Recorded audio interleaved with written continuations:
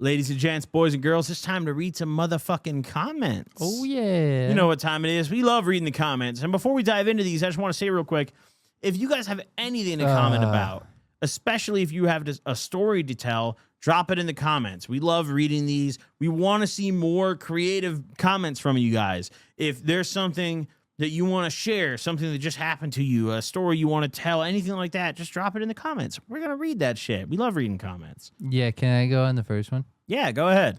Get in there. Jamie Perkins, 2983. Let me tell you, buddy. It's hard to hear Kyle talk about black holes because he's close to being kind of right, but far enough off to piss anyone off that studies physics. His heart is in the right place, though. Okay, Jamie Perkins. Oh, shit, you got beef. Here's the thing. What's the problem with Jamie? This shit's all theoretical whether you go to school for it or not. Mm-hmm. We don't know these things, Mr. Jamie Perkins.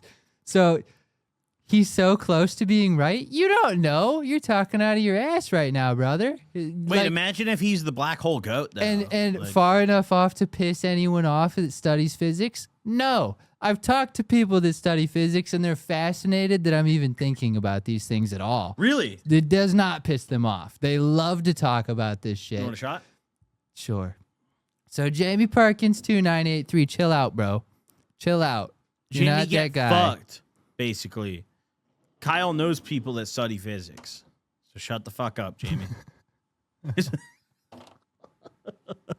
Is the response. What if Jamie is like a prodigy in the physics department, though? Like, what if he's the GOAT? Jamie, nah. Have you even considered that possibility? Even Stephen Hawking wouldn't say that shit. Stephen Hawking would be like, it's actually fascinating that somebody... If Stephen Hawking heard our discussion about black holes, he'd be like, yo, I Kyle's promise you. goated. Okay, I mean, guys passed away now, but if Stephen Hawking heard us talking about black holes, he would be fascinated. He'd be like, these dudes, no college. No astronomy. Like, they don't know shit about space, but they kind of think about space, and that fascinates me. Because they're not like... again, it's all theoretical. I can't say I'm right for sure or I'm wrong for sure, but neither can you, Jamie Perkins. It's all theoretical. Space is, like, all that shit's theoretical. We don't actually know about black holes, so you can't tell me I'm wrong. And also... I just happened to watch another documentary on black holes last night that said I was largely correct, Mr. Jamie Perkins. Damn. So check that out. I think it was on Hulu. It was called How the Universe Works. And it was episode 2. So check it out, Jamie Perkins. I'm not far off. Brutal. Yeah. Brutal. Next up, we have Gnarly. Gnarly is curious. He says, I can't hype anymore. Listen. Yeah. So... two things about the hype system, because I know we get a lot of comments about this. People always talk about hype in the video. They're like, I came here, I dropped the hype to support you guys. The hype system's very new, and I think it only applies to new channels. Right. So I think after a certain like threshold of uploads or channel age, they take us out of it, so you can't hype us anymore. And also, our last episode that dropped publicly, it was age restricted actually. Oh, right. So you can't hype age-restricted episodes because they hate that shit, apparently, or whatever. Yeah. So the most recent episode we were able to hype, actually. So, yeah, that one episode that we couldn't hype, I think it was just because it was age-restricted. Yeah. And they don't want to put age-restricted content in their top 100. But maybe hype this one if it's available. Sure. I don't know. And if not, write an email to YouTube and say, why? Yeah. Why can't we hype this shit? What's wrong with that, you know? Yeah. Next up, we have Keaton Rank, and he says, Goblin's New Year's resolution being diet soda and not nicotine is crazy. I mean, listen, dude, I'm going to be honest. I have a bad track record with New Year's resolutions. I don't think I've ever successfully completed one. Yeah, I don't care. So, like, now I try to dumb it down, and I have been drinking only zero sugar soda all, throughout the January so far. Good for you. I actually just bought Dr. Pepper Zero cream soda. You were telling me about that. That shit's a cheat code, dude. Yeah. That shit is a cheat code. And what else I've discovered, Dr. Pepper Zero Cherry is just normal Dr. Pepper. Oh. Regular Dr. Pepper Zero, you can taste the difference. But if you get the Dr. Pepper Zero Cherry, it literally just tastes like normal Dr. Pepper. Okay. Like, the extra cherry they put in completely eliminates the diet flavor. So I've been on that, and I don't drink that much soda, like in general, but I feel like, I don't know, logically, like zero soda is usually close enough to be acceptable, you know? The one thing I noticed with drinking zero sugar soda is that, like, the substitute they use, that flavor sticks, dude. Like, you taste the fake sugar. Oh, are we taking a shot? I mean, we poured them. Okay. just never took 'em. Bumbo clot. Let's take a shot. Yeah. Cheers, dude. Oh. Holy fuck. WRX and glove. Like the car, WRX.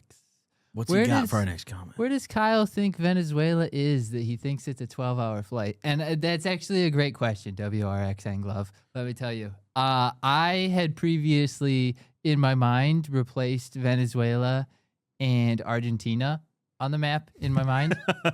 So I was thinking south of South America and not north of South America.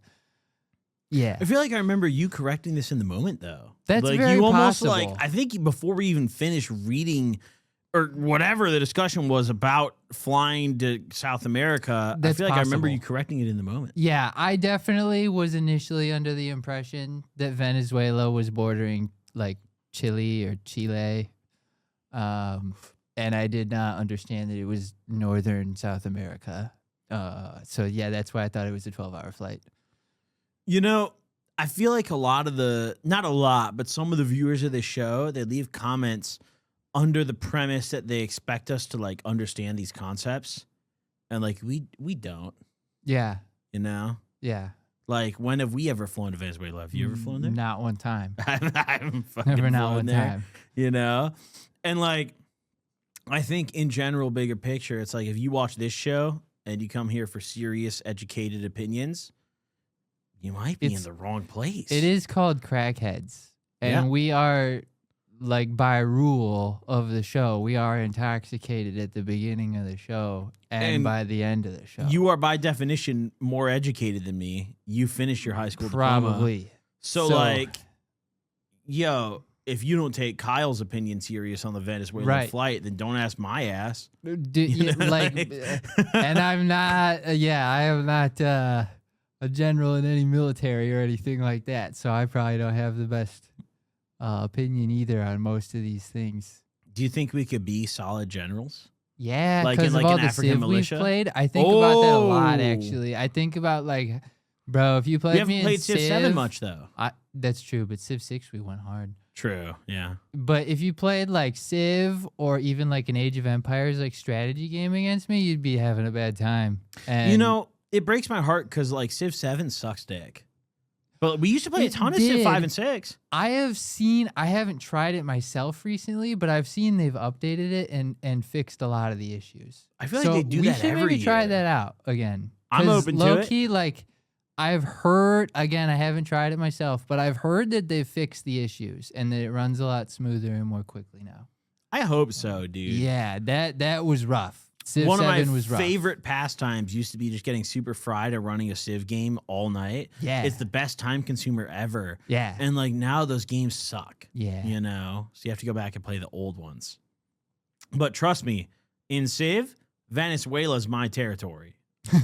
I'm conquering that motherfucking shit. I'm more of a Africa kind of guy. I go for Africa every game because they have some in Civ. They have some. I mean, I would imagine. Wait, what's your favorite Civ in, like, all the games? Like, if you had to pick one across all the Civ games.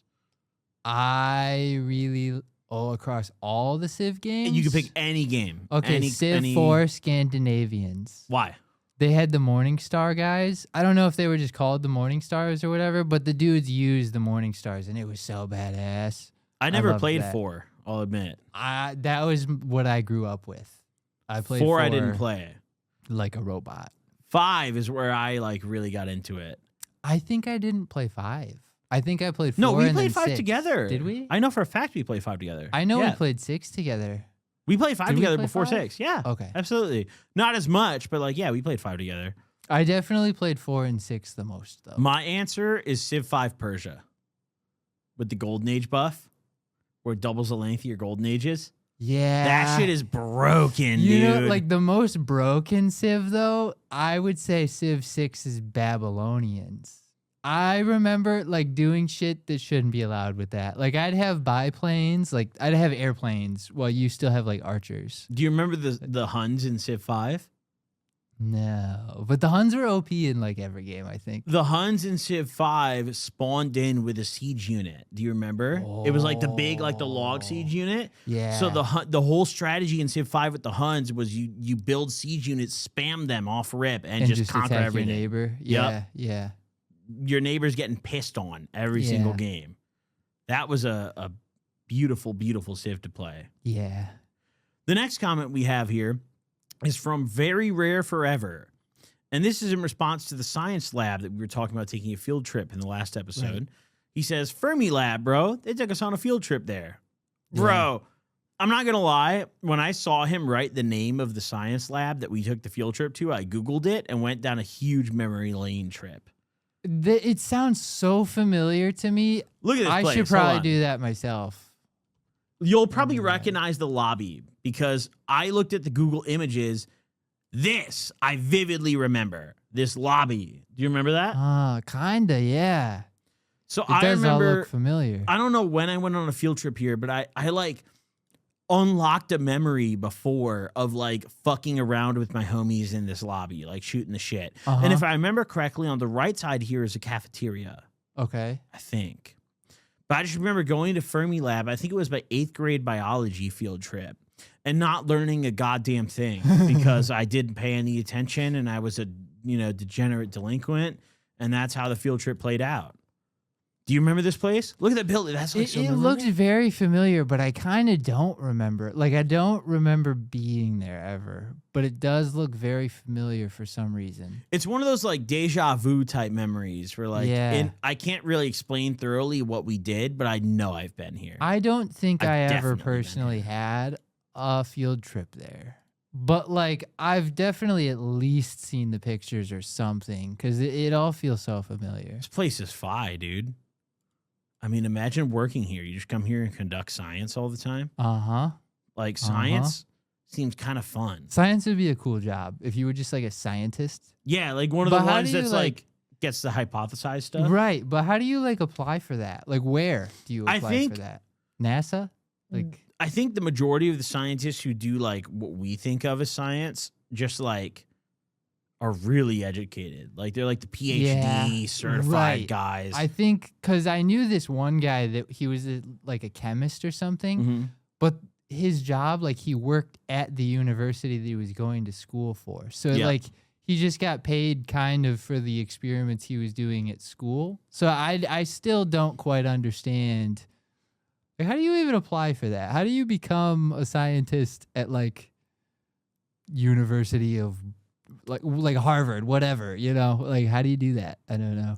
I think you just have to like get educated enough and then make your own shit. Right. And then just hit up the government and be like, please fund me. Right. You probably like stand out in their program there and they're like, hey, you want to work for us? This guy's kind of smart after all. Right. But it's kind of wire interesting. Him a million. It's kind of interesting even just to think that like these colleges have that. Like that they're also just hiring scientists and shit to just do experiments and have hypotheses, Well, dude, it's kind of crazy. Like colleges across the country in particular, there's courses for everything now. Like I've seen rappers going into like well-regarded schools and giving speeches. Or Tony Ferguson going to Harvard.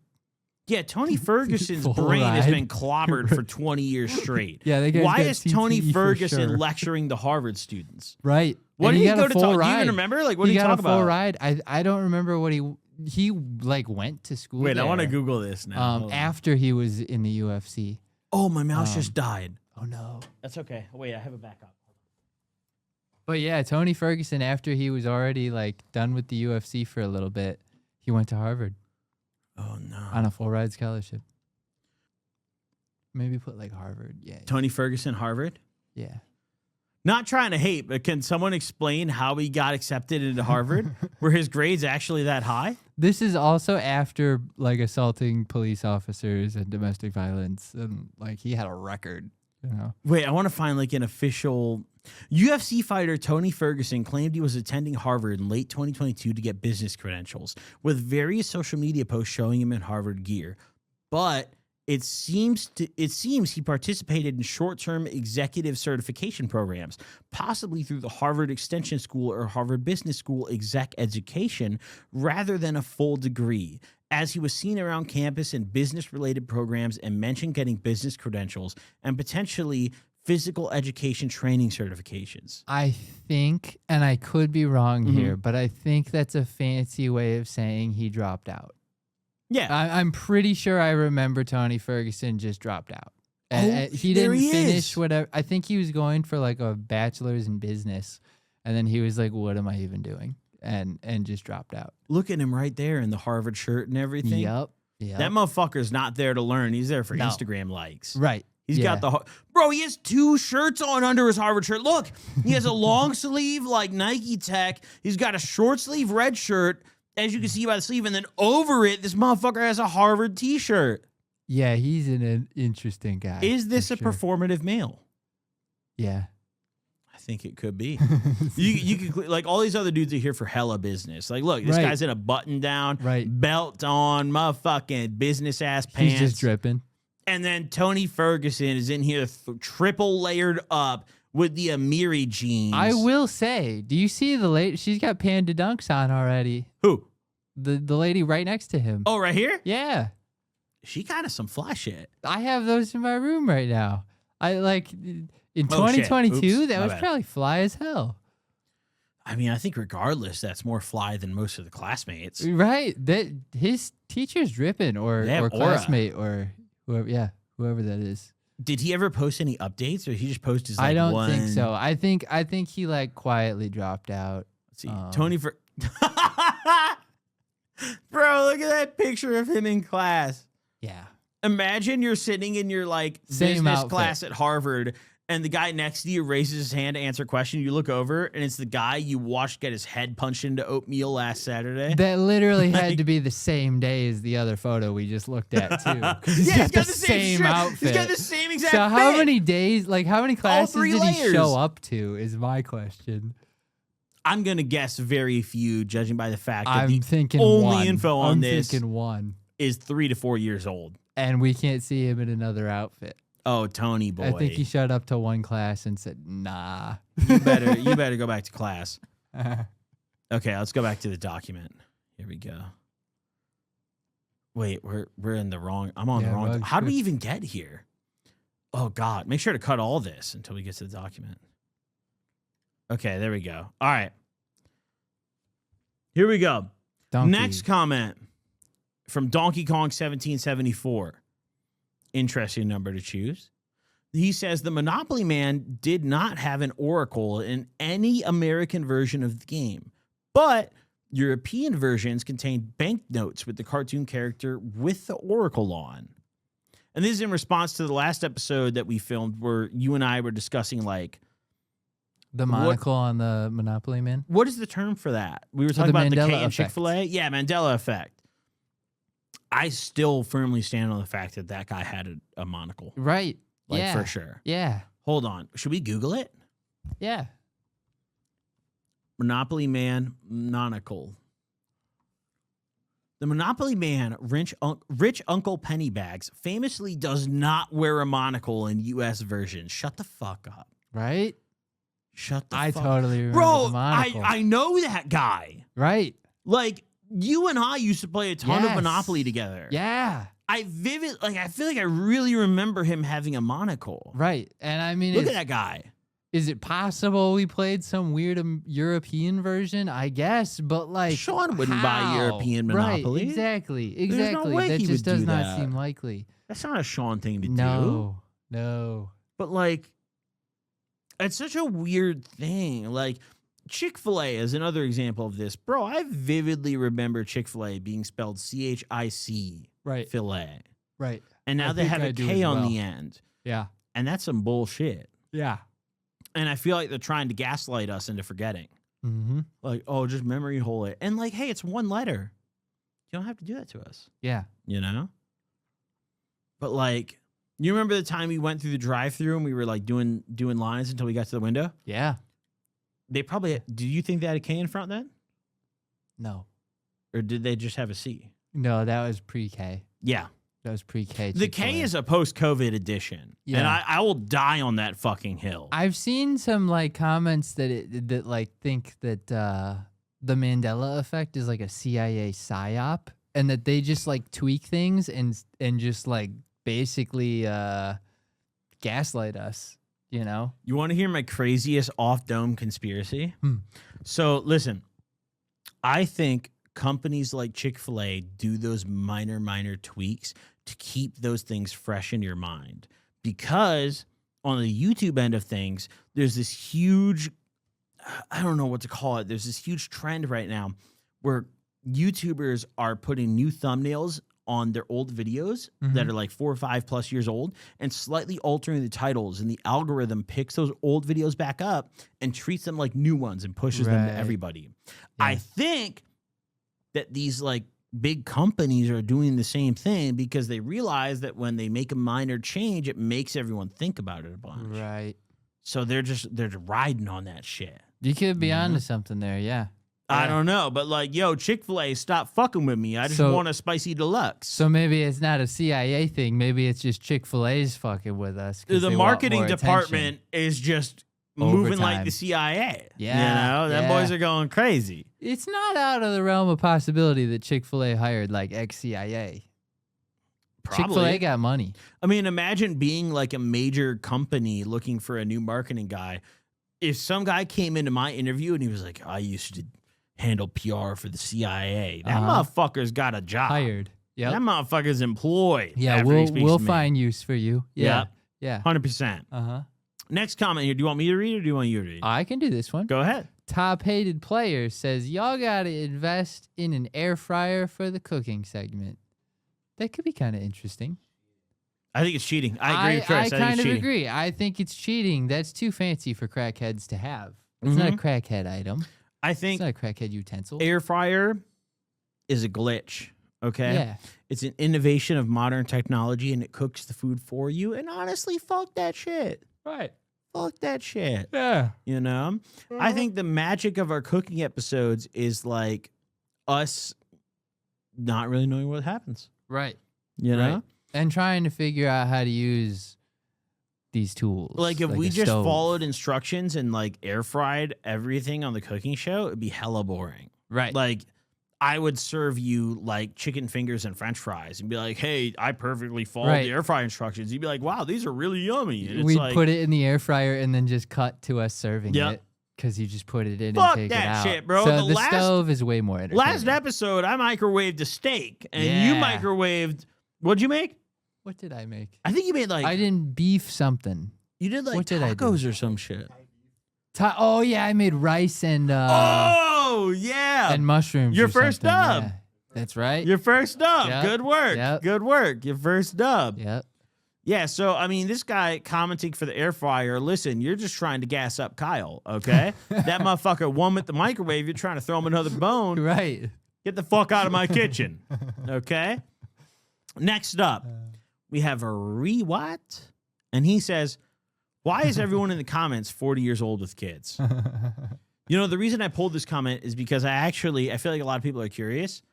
Let's pull up our demographics right now. Let's do it. Let's do it right now. I'm sorry. He can yawn all he wants. He's tired of y'all's fucking bullshit. You know? So let's go ahead and let's pull up the audience. Just don't show anything until the audience part. Like the revenue, like you guys can't know we make $1,000 a week. You guys can't know we're barely above the poverty line. You just can't know that, you know? Let's see, December. All right, so December-wise, let's look at our age spread. Oh, God. 25 to 34. This is a sausage party, bro. Yeah. 94.4% male. Yeah. And out of that, the biggest spread of age range is 25 to 34-year-old viewers, which represent 49.5% of our total viewership. So our age and dudes. Yeah, literally our age and mostly older than us, judging by the sense. numbers. And then our second biggest category is 18 to 24-year-olds. Yeah. And they make up 25.3%. Sorry, I had to let out a liquor burp. And then last, third place, but certainly not last, we have the 35 to 44-year-olds with 14.8%. So, it even shocks me as I'm reading this. The uncles seem to make up the majority of our viewer base. Yeah. Like, we're even young compared to our viewer base. But also, on the flip side of that, it makes me think how many people lied about their age, Yeah. Yeah. Like, who was capping on that shit? Yeah. I don't know, man. But based on the numbers, 50%, just under 50% of our viewers are 25 to 34 years old. Mm-hmm. So saying that everyone is 40 years old with kid is false. Right. Because I'm going to be honest, knowing our audience very well, I'd imagine half of them are probably like impotent. They can't even impregnate a woman. It's probably also depends a little bit. Like, I bet you on the cooking videos, our audience is probably a little bit older than You the regular think? videos. I bet you. Yeah. Why do you think that? Like, what's your theory? Just the content. Like, it's usually less like we don't do conspiracy theories or like, I don't know, young thought experiments. Like, we just do cooking shows, which I think can land in any range, like any age range. Versus our normal content, I guess probably does appeal to people probably about our age or younger. So I bet the comments like in the cooking videos, maybe they are a little bit older, some of them, but yeah. One of these days, we just got to survey the audience. Mm-hmm. Like, how old are you, and fucking verify it. But until then, 25 to 34 is pretty good, in my opinion. Yeah. I don't know about you. I consider that pretty fucking good. Yeah. That's not bad. Well, listen, ladies and gents, episode 25. It's been a wonderful episode. I'm pretty drunk. How you feeling right now? Yeah. Drunk. It's been a nice episode. Thank you all for tuning in. Drop a like if you enjoyed, if you haven't already. Subscribe if you haven't already. Make sure to check out our friends at 5. And Kyle, what do you got to say to the people before we go? Thank you guys all for watching. Drop a subscribe if you like the video. And come back next week on Monday. Wonderful. Go check out 5. See you on the next one. Deuces. Peace.